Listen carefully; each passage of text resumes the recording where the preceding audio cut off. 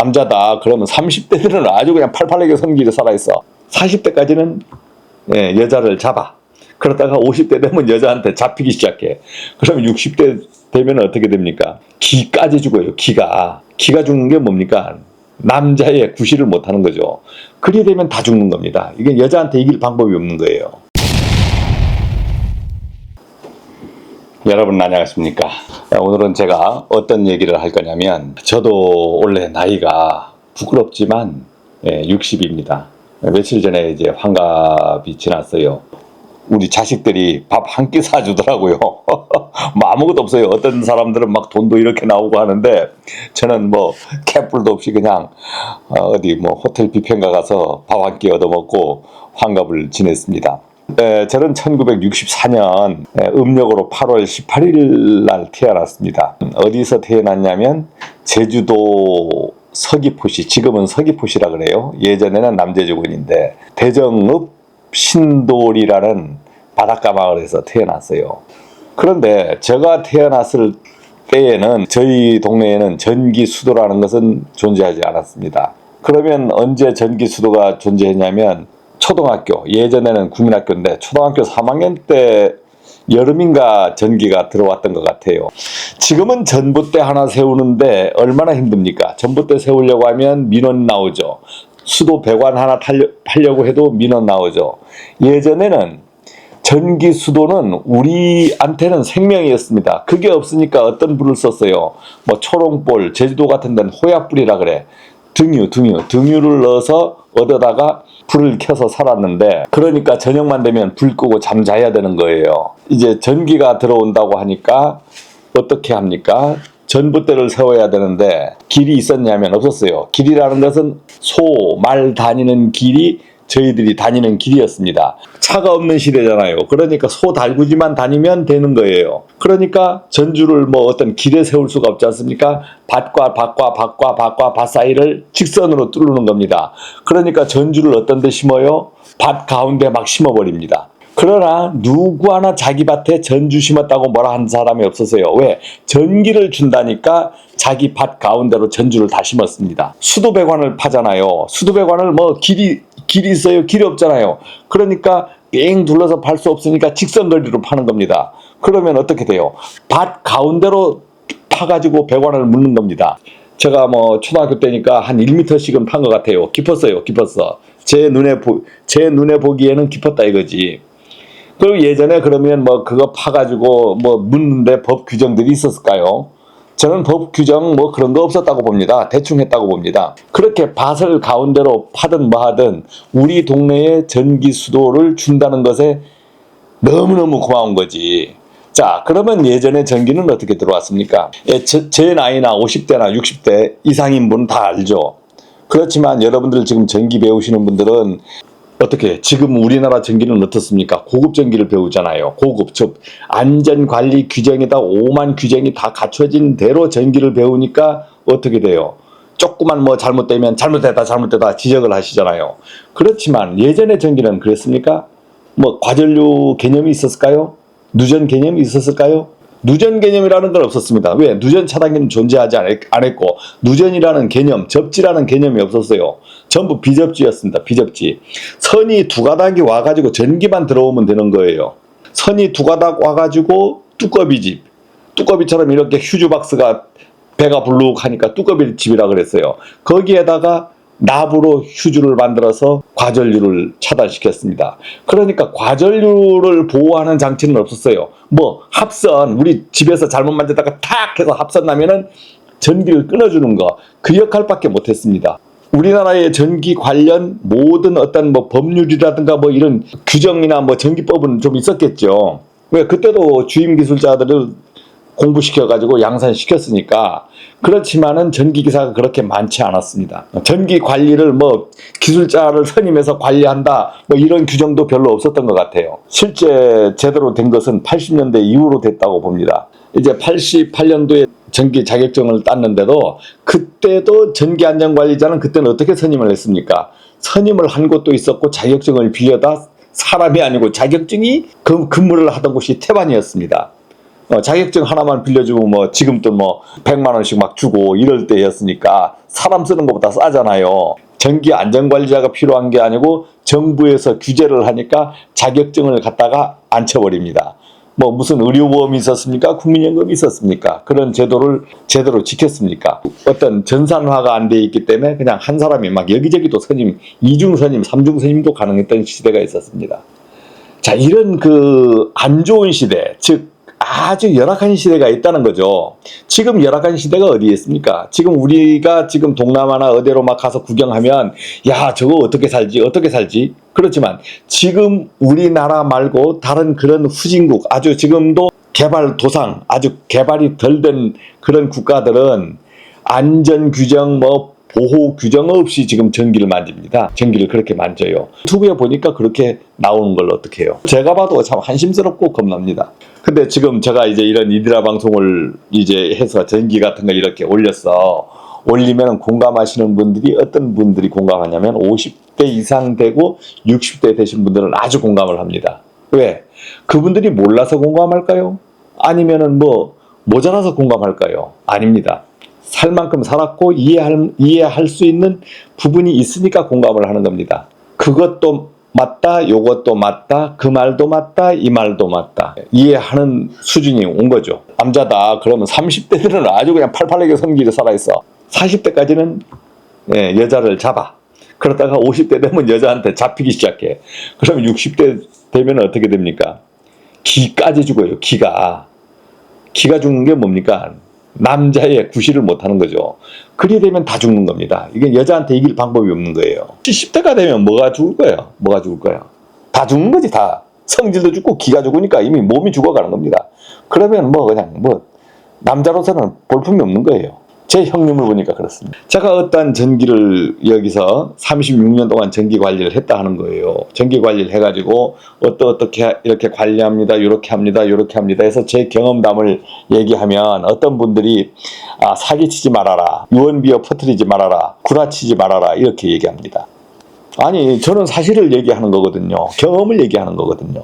자 그런데 왜 그럴까요? 저 하는 게 못마땅하니까 아니면 많은 지식을 알고 있어서 그렇게 얘기하고 경험을 알고 있으니까 저를 무시하면서 그렇게 얘기할까요? 그러면 좋죠. 어떠한 기술사님이 나는 너무너무 이론을 잘 알아. 너 보니까 이론 아는 게 하나도 없어. 너는 진짜 사기치고 있는 거야. 너는 진짜 못 풀고 그렇게 하면 안 되는 거야. 그렇게 지적하시면 참 고마운 거지. 내가 아날로그 테스트하기를 사용해야 됩니다 했을 때 그게 잘못됐으면 그게 구라 아니면 유언비어다 했으면 디지털의 좋은 점, 디지털로 하면 어떻게 관리가 좋았는지 이제 말씀을 해 주셔야 되는 거예요. 여러분들도 유튜브 하시면 그런 것을 증명해서 유튜브 하실 수 있지 않습니까? 저는 모르잖아요. 제 경험상의 얘기를 하는 거니까. 그러니까 그런 부분이 좋은 거 있으면 그것을 한번 증명을 해서 방송, 유튜브 누구나 할 수 있지 않습니까? 올려주시면 얼마나 좋겠습니까? 저 같은 경우에는 지적을 받아도 쌉니다. 왜? 아는 게 그것뿐이잖아요. 제가 살아온 부분에서 전기를 써온 과정이 저희 시대 때 공부한 거하고 지금 쭉 제가 36년 동안 왔는데 제가 전기를 처음 출발할 때 80년대 말인데 그때는 지금 적외선 온도계라는 게 발명도 안 됐습니다. 아니 없던 건 아니에요. 그러나 우리 현장에서 쓰는 적외선 온도계가 없었다는 거지. 적외선 온도계가 없었어요. 전기 응용에서 뭐 적외선 온도계니 뭐 열전대니 막 뭐 그런 배운 건 있었습니다. 그러나 현장에 계측기는 그런 게 없었어요.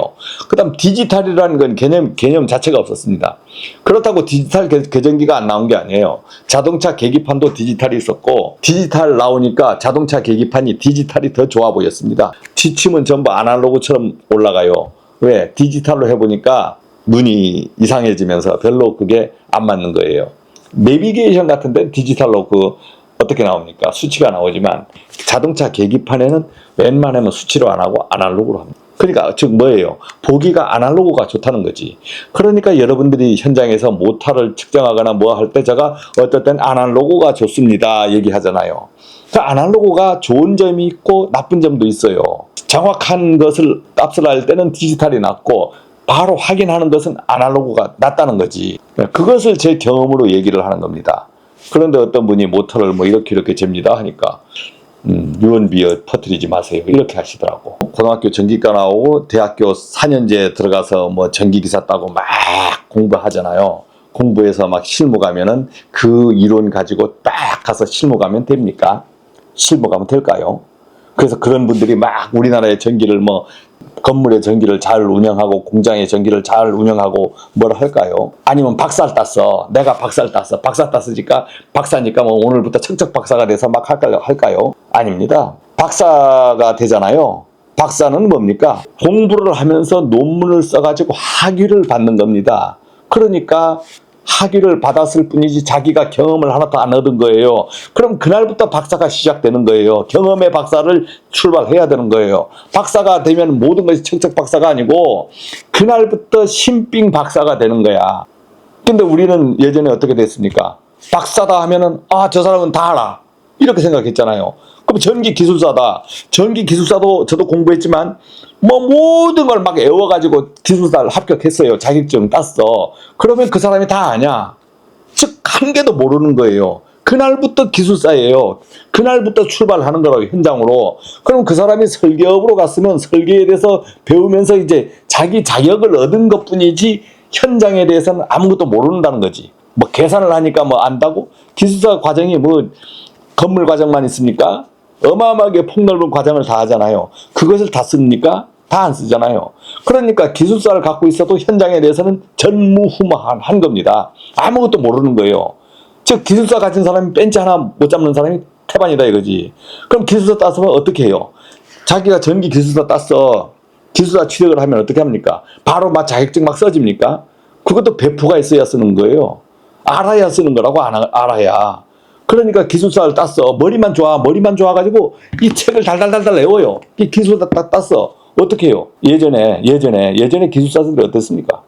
이 자격증을 자기가 쓸 줄도 모르고 할 줄도 몰라. 그러니까 경험 있는 사람은 기술사만 없고 다 할 줄 알아.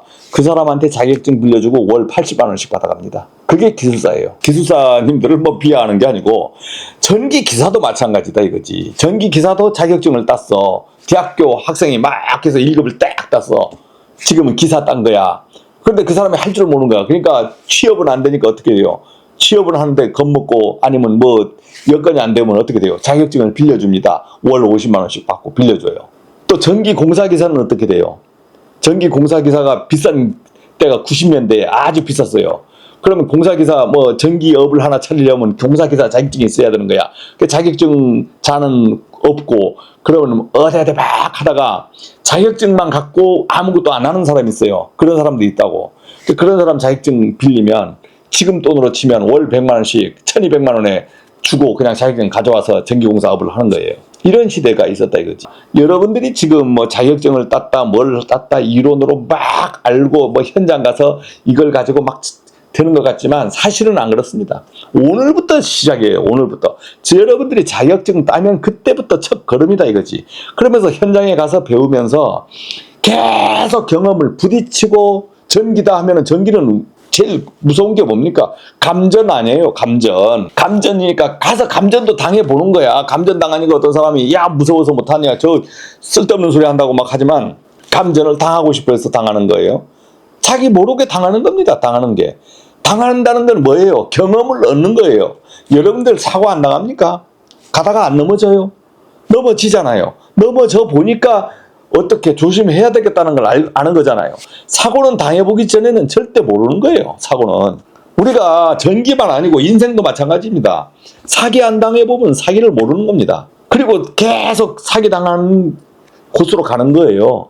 그런데 진짜 당해봐. 그러면 사기를 안 당해. 그 자기 인생도 마찬가지. 가다가 돌부리에 걸려서 넘어져 봐야 그 다음 깨닫는 거예요. 전기도 마찬가지입니다. 전기 시설관리 와서 전기를 하든 기계를 하든 뭘 하든 당해봐야 뭘 아는 거예요. 그러니까 당해보고 이리 해보고 저리 해보고 36년을 굴러갔다는 것은 어떤 경험이 있습니까? 노하우라는 경험이 있는 거예요. 여러분들 뭐 지금 오늘 보니까 저 새끼가 저거 뭐야 저거 이렇게 하시는 분도 있겠지. 제가 그냥 자칭 그냥 실무 강사라고 합니다. 그렇게 잘난 게 없어요. 그렇지만 여러분들 같이 똑같은 전기기사 있어요. 전기산업기사 있어요. 전기공사기사 있어요. 소방기사 있어요. 특급 전기안전관리자 있어요. 소방특급 있어요. 즉 기술사하고 똑같은 자격을 갖고 있는 겁니다. 설계 분야 빼고는 기술사하고 똑같은 자격을 갖고 있는 거요. 저기 전기 특급 가지고 설계는 안 되거든.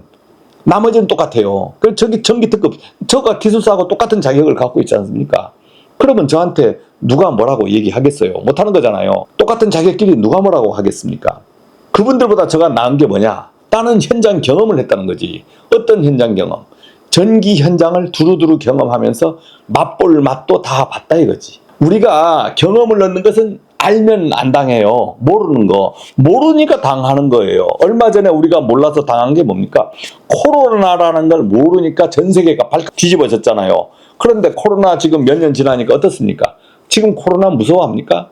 무서워 안 한다 이거지. 왜? 당해봤으니까. 그러나 그 다음에 코로나 오면은 또 모르는 거예요. 그 다음 건물에서도 현장 관리하다 보면은 여러분들 태풍도 오고 뭐 갑자기 뭐 오만 거 뻥뻥뻥 막 터지고 MF가 터지고 PT가 터지고 변압기에 물이 들어가서 변압기가 터지고 이런 걸 경험합니다. 발전기에 호수가 빠져가지고 발전기가 막 그냥 탈 때까지 돌고 모다가 모락모락 연기 나면서 모터가 타고 갑자기 뭐 케이블이 줄줄줄 녹아 내려가고. 자, 이런 경험을 미연에 방지할 수 있을까요? 방지할 수 있을까요? 모르니까 어떤 것에 쫄아버리냐면 직무고시. 야, 점검 저거 어떻게 해야 되나? 뭘 어떻게 해야 되나? 자꾸 이런 것에 신경을 쓰는 거예요. 저는 참 그걸 보고 안타깝습니다. 그리고 전기 자격증을 따니까 어떻게 취업을 해야 되는지 이런 거 경험이 없잖아요. 취업해봐야 경험이 있을 거 아니에요. 취업을 안 해보니까 경험이 없는 거예요. 우리가 경험을 얻는 방법은 어떤 방법이 있냐면 취업 자리가 있다 했을 때는 경험이 있는 사람이 들어가는 게 아니고 경험을 얻어야 시작되는 거 아닙니까? 어떤 취업을 하고 싶다 했을 때는 큰 마음을 쓰면서 취업을 하시면 되는 거예요. 그날부터 경험을 얻으면서 배우시면 되는 겁니다. 그리고 직무고시 잘 모르면 그날 뭐 하는 게 아니고 일단 업무 먼저 하고 직무고시는 제일 뒤에 하는 겁니다. 무슨 직무고시가 그렇게 중요하세요?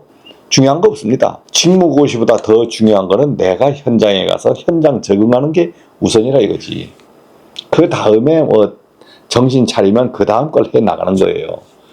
다른 건 막 해서 직무고시만 뭐 신경을 팍 쓰면 뭐 일이 되겠습니까? 우리가 자동차를 갖고 있어요. 자동차를 갑자기 하나 받았어. 그러면 일단 운전하면서 앞으로 나가는 것에 중점을 둬야지. 자동차 뚜껑 열어가지고 점검, 엔진 오일 찍고 오만 점검하는 거에 신경 쓰면 몇 킬로에 뭘 점검하고 이거 신경 쓰면 운전되겠습니까? 운전되겠어요? 안 되잖아요. 경험이라는 것은 당해봐야 얻는 거기 때문에 당한 것을 뭐 자랑스럽게 얘기합니다. 뭘 합니다. 얘기하지만 당해본 그나마 경험이라도 있으니까 얘기하는 거 아닙니까? 근데 경험을 안 해보면 어떻게 내한테 일이 닥쳐올지 모르거든요. 그러나 그걸 걱정 안 하셔도 돼요. 또 여러분들 지금 아시는 분은 다 아실 거예요. 이해하시는 분은 이해하시는 거예요. 왜? 자기들도 여러분들 근무하다 보니까 어떻습니까? 매일 터지는 게 모르는 게 터지잖아요. 아는 게 터집니까? 아는 거 터지는 건 그냥 일상 업무예요. 모르는 게 터져가지고 맨날 그거에 쫓겨 다니는 겁니다. 이게 경험입니다. 경험. 그러면 저는 이제 이게 노하우가 많으니까 현장에서 저 사람은 뭐 모든 걸 다 알아서 잘 탁탁탁 하겠네. 아닙니다. 갑자기 뭐가 탁 터져요. 그러면 야, 이거 36년 내서 또 다시 하나 새로 배우는 거야. 또 탁 터져. 오늘 또 하나 새로 배워. 또 탁 터져. 하나 새로 배워. 이게 경험이에요. 60평생 살다 보니까 지금은 어떤 것이 되냐면 웬만하면 이제 성질이 안 납니다. 안 나는 게 아니고 참을 줄 아는 거죠. 참을 줄 알아요. 그래서 저를 뭐 비아냥거리시는 분이 있으면 아이고 어떻게 해요? 제가 답변을 고맙습니다. 감사합니다. 이렇게 써요. 그게 편하더라고. 거의 싸우는 것보다 그게 편해요. 고맙습니다. 감사합니다 하는 게 싸우면 편해요. 그러면 여러분들이 이제 현장에서 막 직원끼리도 어떻게 마음이 안 맞는 사람이 있잖아. 마음이 안 맞는 사람이 있어요. 그럼 티격태격 하는 것보다 그 사람한테 맞추든가 뭐라고 할 때마다 고맙습니다. 감사합니다. 이렇게 해버리면 어떻게 나오는지 한번 보세요. 재밌을 거예요. 아니 뭐라고 얘기하면 고맙습니다. 감사합니다 해버리면 저 새끼 저거 돌았나? 미쳤나? 이렇게 얘기하겠지. 그런데 우리가 진짜 미친 사람한테 뭐라고 얘기합니까? 뭐라고 얘기해요? 안 하잖아요. 말 상대가 안 되잖아. 말 상대가 안 되잖아요. 괜히 미친놈한테 얘기했다가 그 사람 뭐라고 하면 이 미친놈이 되는 거예요. 미친놈한테 얘기하면 내가 미친놈이 되는 거야. 그잖아요. 그러니까 마찬가지 어떤 사람이 뭐라고 하면 고맙습니다.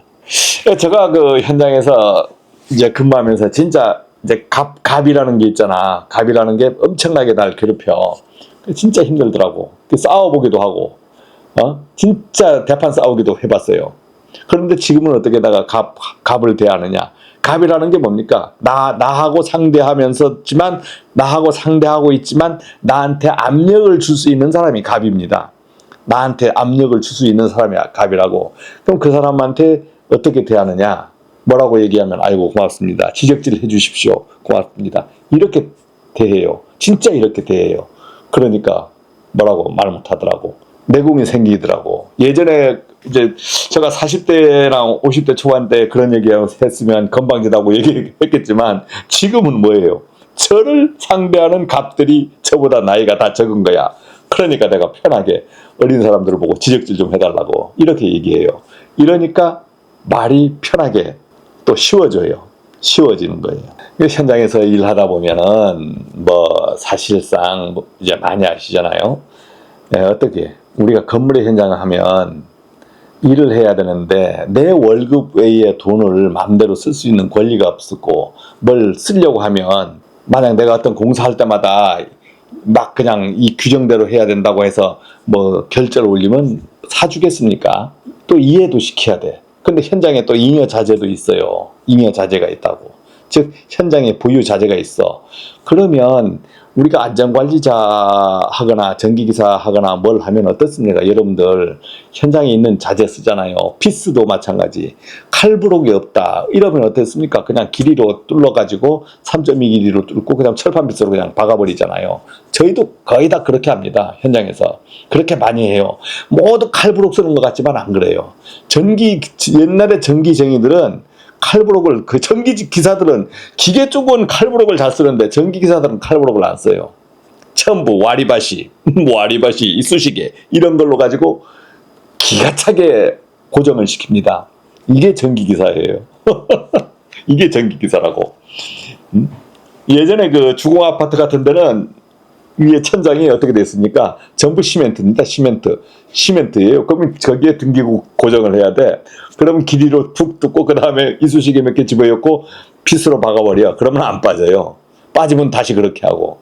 그래서 전기기사들이 참 머리가 좋아요.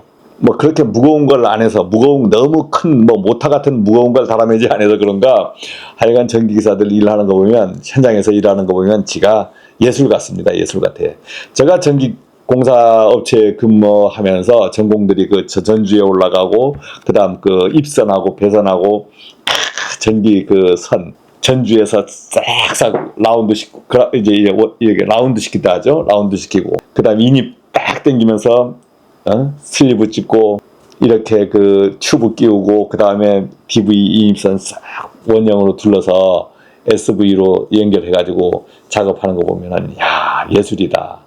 그럼 옥내 배선에서도 마찬가지 전기선 쫙 길게 까면서 이렇게 배선을 한 거 보면 저는 그 기술은 안 되고 야 예술이다. 저는 왜 그러냐면 전기 기사는 갖고 있었지만 현장 작업자보다 숙련도가 아주 떨어졌어.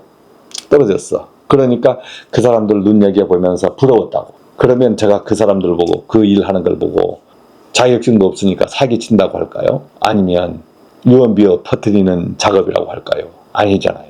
그 사람들 작업하는 거 보니까 진짜 예술 같더라고. 근데 지금 그 사람들 작업하는 걸 여러분들한테 만약 숙련된 걸 보여주면 여러분들이 뭐라고 할까요? 아이고 저런 사기처럼 일하고 있네. 이렇게 얘기할 거예요. 만약에 여러분들이 배운 기술이 뭐 와이어 커넥터 쓰거나 뭐 다른 거 쓰고 뭐 요즘은 뭐 여러 가지 장비들이 많이 있지 않습니까? 예전에 장비가 뭐 있었습니까? 와이어 스트리퍼 썼을까요? 안 썼습니다. 벤치 하나면 끝나는 겁니다. 전기쟁이는 예전에는 벤치 하나로 끝나는 거예요. 전기쟁이는 벤치 하나로 UTP선, 전화선 다 깠어요. 근데 지금 벤치로 전화선 까고 UTP선 까면은 어떻게 얘기하겠습니까? 저 새끼 저 사기꾼 같네. 저 구라치고 있네. 유언비어 퍼뜨리고 있네. 이렇게 얘기하실 거예요. 그러나 지금 60대의 전기쟁이들은 제 말을 이해합니다. 그래서 자기 벤치를 그렇게 어떻게 소중히 다뤘습니까? 자기 벤치를 자기 몸처럼 애인처럼 다룬 거예요. 그래서 자기 벤치는 빌려주지도 잘 안 했어. 그렇게 벤치를 아낀 거예요. 그래서 벤치 하나로 전공은 다 처리합니다. 농로주 닛바 쓰고 이거는 전기기사의 그 체면이 아니지. 아주 특수한 상황 아니면 체면이 아니에요. 벤치로 쫙쫙 전주에서 인입된 길에도 DV 몇 가닥씩 해서 그대로 감아버립니다. 예술 같아요. 저거 할 줄 아냐고. 이거 저 혼 줄 알았지. DV선 하나 감는데 1시간 걸렸어요. 1시간. 전주에 올랐다가 변압기 밑에서요. 떨다가 1시간 걸리더라고. 힘들더라고요. 그렇게 숙련하고 비숙련의 차이가 있는 겁니다. 제가 이제 시설관리 현장에서 이제 전기 안전관리자 겸 관리소장 겸 이제 30년 이상, 즉 총 경력이 36년 아니에요. 그러니까 여러분들을 산전수전을 다 겪은 겁니다. 그런데 제가 지금 하는 기술은 아날로그하고 벤치를 가지고 전부 운영하는 게 저의 몸에 밴 습관이에요. 이게 기술이라고. 저한테는 그게 기술이지. 와이어 스트리퍼로 이쁘게 까고 어떤 다른 걸로 이쁘게 해가지고 전선을 이렇게 감는 기술이 없어요. 현장에서 제가 시설관리 현장에서 36년을 일했지만 전부 탈 없이 해냈던 부분은 벤치하고 내가 알고 있는 전선 접속법 가지고 한 거예요. 전선 접속법이 달리 있습니까? 대충 알아서 그냥 끼우는 거죠.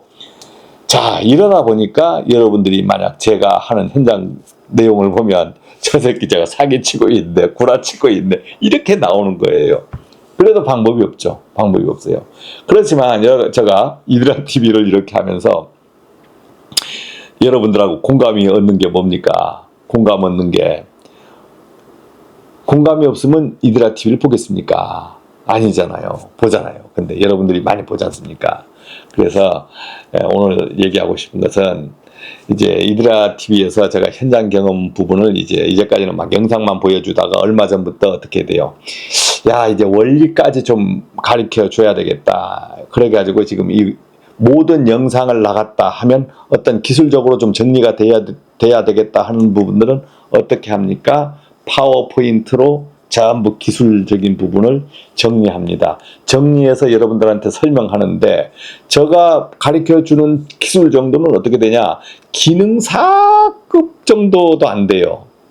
왜? 그 이상으로 가서 괜히 가르쳐주고 또 알지도 못하지만 그렇게 해봐야 여러분들한테 이득될 게 실무적으로는 이득될 게 없어요.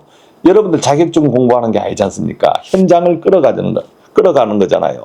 그러니까 우리가 기술사적인 이론이 별로 필요 없는 겁니다. 현장을 끌어가는 거기 때문에 그래서 전기 실무 이론으로 제가 이름을 붙여가지고 쉽게 공식도 쉽게 이렇게 가는 겁니다. 이제까지 그런 생각을 안 하다가 그래 원하는 사람 모르고 현장 업무를 그나마 지금은 유튜브라는 게 있으니까 유튜브에서라도 많이 배워보겠다고 하고 아니면 이런 귀동냥 눈동냥을 하려고 하시는 분들이 있으니까 현장 업무를 실질적으로 경험한 사람으로서 정리해서 알려줄 수 있는 기술 능력이 되니까 나는 진짜 열심히 한번 그걸 하는 것을 즉 나의 60대 이후의 인생관 철학으로 갖고 살아야 되겠다. 이것을 생각을 한 겁니다. 그러니까 여러분들한테 어떤 분들은 멤버십 강의로 해가지고 유료로 하십시오, 뭘로 하십시오 하는데 저는 그렇게 유료하거나 사람들한테 돈을 밝히고 싶은 마음은 없습니다. 그냥 이드라 TV 구독해 주시고 그냥 제 영상 보시고 그냥 한번 같이 웃어 주시고 저런 게 있구나 이렇게 생각해 주시면 그걸로 만족합니다. 60이 되어 보니까 이제 살 날이 얼마 안 남았지 않습니까? 온 날보다 살 날이 얼마 안 남았다는 거지. 그런데 누가 죽을 거라고 생각합니까? 그러니까 살아있는 동안에 좋은 일은 못해도 남을 위한 일 아니면 남의 공감이 되는 일이라도 좀 하고 사는 것이 좋지 않겠습니까? 그리고 유튜브라는 공간이 얼마나 좋습니까? 예, 여기에서 우리나라 저녁을 제가 같이 공유할 수 있고, 미국에 있는 구독자도 있습니다. 아, 미국 구독자 있어요. 한국인 분들도 있고, 이게 어디 호주서도 보고 막 그러더라고요. 예, 이런 분들이 있습니다. 자, 앞으로도 이드라 TV 많이 사랑해 주시기 바라겠습니다. 고맙습니다.